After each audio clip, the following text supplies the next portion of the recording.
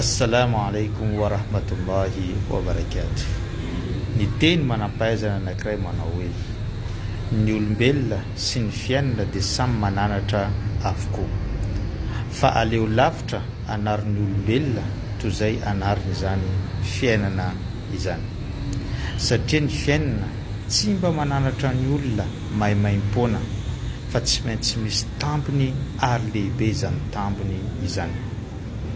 Rehefa mahita olona anankiray ianao nitoeny hoe zao nanary fiainana, dia minohay ianao fa efa nandoha vola be, efa voa mafy izay teo amin'ny fiainany matona santely hoe nanary ny fiainana. Fa ny olombelona kosa fitiavana no hanaranao, ary mialohany ahavoanao zavatra ratsy dia mananatra anao ny olombelona. Fa ny fiainana voan'ny zavatra ratsy alohanao, voan'ny kapoka lehibe alohanao, zay vao maka lesona anatra tamin'izany fiainana izany.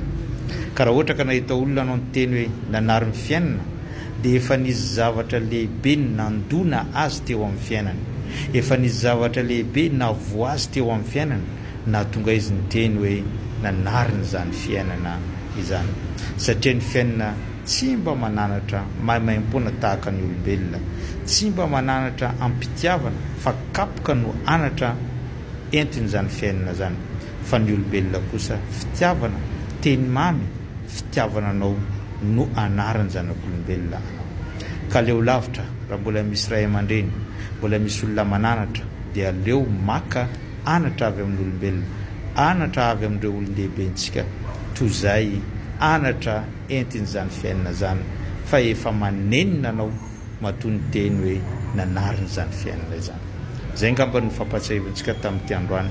Abonnez-vous, partagez-vous ary ataovy j'aime ity vidéo ty, fa mbola maro ireo anatra zay hoentintsika eto insha Allah.